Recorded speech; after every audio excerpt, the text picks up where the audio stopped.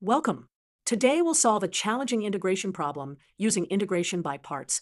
Our task is to integrate x cubed times e to the power of x squared with respect to x.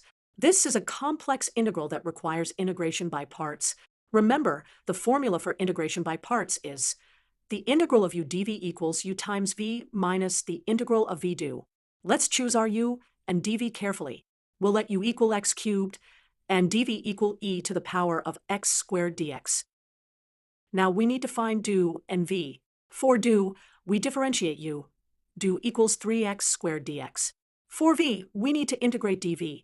When we integrate e to the power of x squared, we get 1/2 e to the power of x squared. Now let's substitute these into our integration by parts formula. We get x cubed times 1/2 e to the power of x squared, minus the integral of 1/2 e to the power of x squared times 3x squared dx. Let's simplify the integral term. The 1/2 and 3 can be combined to give us x cubed times 1/2 e to the power of x squared minus 3 halves times the integral of x squared times e to the power of x squared dx. Now we need to use integration by parts again on this new integral. This time, let's let u equal x squared and dv equal e to the power of x squared dx. For du, we get 2x dx, and for v, we get 1/2 e to the power of x squared again.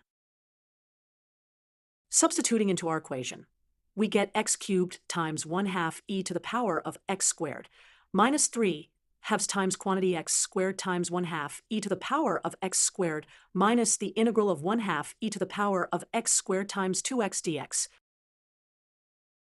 Our final answer is x cubed times 1/2 e to the power of x squared minus 3/4 times x squared times e to the power of x squared plus 3/4 times e to the power of x squared plus c. This problem demonstrates the power of integration by parts, especially when applied multiple times. Notice how each application of integration by parts reduced the power of x in our integral, eventually leading to our solution.